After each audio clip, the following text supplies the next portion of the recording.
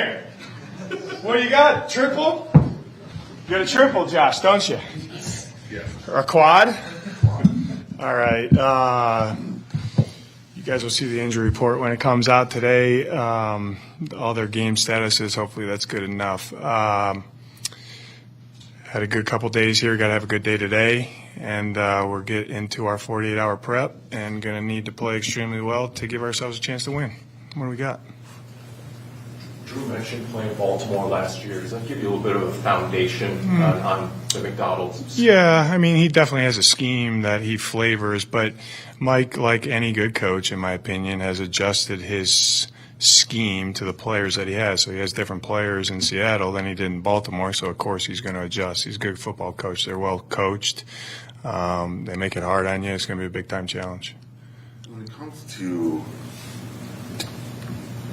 Darius Robinson, putting 3 days of practice together after not practicing for however many months, how tough is that to do for a guy? Or has his rehab kind of prepared him to get to? Yeah, our return to play is different with each guy, but there's steps that are taken that is not just like the rehab process, but getting ready to play football. So they've done a really good job with him. He had a good week. With him and Jonah, how different is football shape compared to like rehab shape? It's different, but it's different for everybody. You know what I mean? So Jonah's been out there a decent amount of time now, you know, when we open his window. So everybody's different, case by case. Take it one day at a time and try to do what's best for the player first, always, and then what's best for the team. If it happens to rain during the game, is there a part of the game that you find that rain particularly impacts more than another part of the game? I don't really think about it like that. You got to be on high alert for the elements, knowing that it might rain there. So we've done some things this week to try to prepare for that. That's why it was really cool way back when in Indy, when we practiced versus them guys in the rain. I mean, that was rain. And you saw some of the issues, and we got to coach off of that. You know what I mean? So you got to play a little differently. But elements, I always go, the first thing I think about is ball security, you know, the double positive. So we got to make sure that's an advantage for us. How important was it to get Andre back, just knowing with the depth? Yeah, he's been excellent. You know, he's obviously super smart, can play a couple different roles. So he's looked good out there this week. James Conner's led the league all year in busted tackles. Is that just James Conner, or is there something you can teach other running backs? Is there a way in which he is able to, you know? Yeah, a little bit of both. Probably more James Conner than the teaching of the fundamentals of breaking tackles. But yeah, we definitely have some SOPs that we try to teach and for our guys. And I think what's really cool about James, when I watch the tape, and he does break a lot of tackles, is he knows, you know, when to, how do I say it, make sure that the ball is secure too while he is breaking tackles, because there comes a point where you're fighting for extra yards, which we want. But Drew always says you got to know when the fight's over sometimes as well too, because of the value of the ball. He has a really, and a lot of that goes to instincts, Paul. You know what I mean? Like it's some of those things are hard to teach because they're all different situations and scenarios. But he has really good instincts to know when to cover up that ball and know when the fight's over. But he's 1-on-1 or 1-on-2 or 1-on-3. He's gonna break tackles. Has some of his style rubbed off on Trey?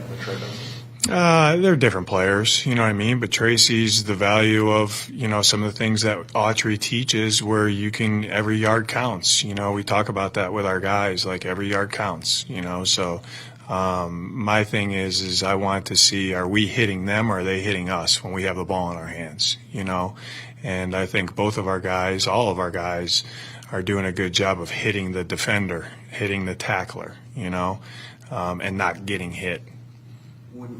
What do you think when you see teams commit so many resources to blocking Buddha? They bring in an extra lineman or have a tight end or multiple receivers crack him. I don't think they do that. I think that they're very aware of where he's deployed, and certain teams do certain things to try to make sure they have a hat on him. But you're talking a little more schematics on schematics, I think. Nick does a good job to try to, get free hats on the ball as much as we can. So I think him and the defensive staff do a good job of that. And I think what's cool about Buddha and how Nick and PT, we kind of deploy him, he can do a lot of different things. So, you just don't do that with anybody. He can do, multiple things, whether it's in the box or blitzing or playing Mike or playing Will or playing strong safety or playing free safety. He can kind of do all that. So we deploy him accordingly, you know what I mean? But it's because of his skill set and the player that he is that we're able to do those things. You talk a lot about the Oh, You talk a lot about the that's a importance fine, of your, Tyler. That's a fine. That's a mine. fine. Oh, I know it's yours. I'm telling Tyler to find you. Yeah, I know that. There you go. As much as you want, Tyler. As much as you want. That's what we do with the players. Some guys are harsh too now. That'd be like a couple G's. Go ahead.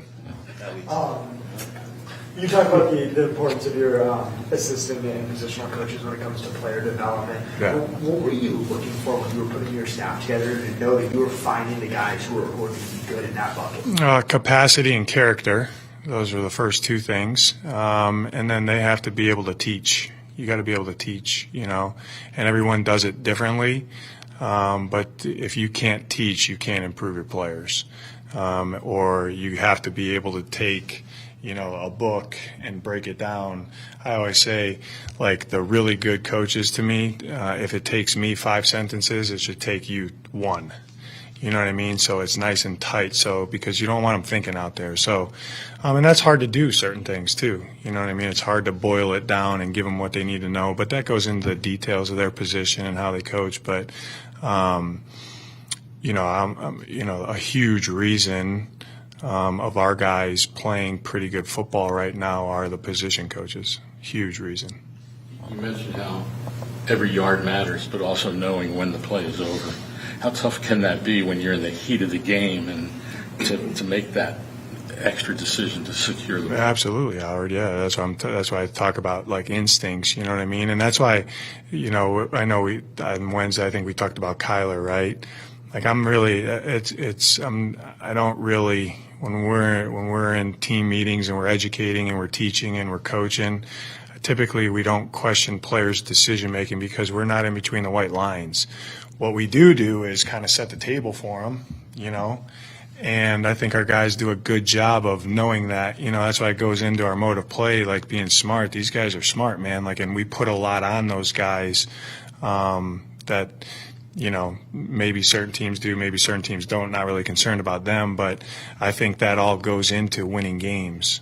Do you think, and I know you're young enough that this might be before your time, but it feels like the NFL over a number of decades has really honed in on that ball security thing. If you go back and look at the stats of like the late 70s, even early 80s, there were a lot more fumbles by running backs. There were a lot more, the interception ratio was a lot higher. It feels like as the years have gone on, teams have really honed in on making sure that ball security. Have you found that or has that kind of always been the way, at least since you've been in the league? I think it's evolved, but I do think this. If you try to boil it down for your team, what winning looks like, I think you better be talking about the ball. And so when you look at, over the course of however many years, that stat is a winning stat. It's why we talk about it, ad nauseum for a reason, because it goes into winning. If you ask our guys, what are 3 things we got to do to win every game, right? They're going to tell you the same 3 things, and one of those things is the ball. So, I think it's important. Coach, thank you. Okay. Thanks, guys. Thank you.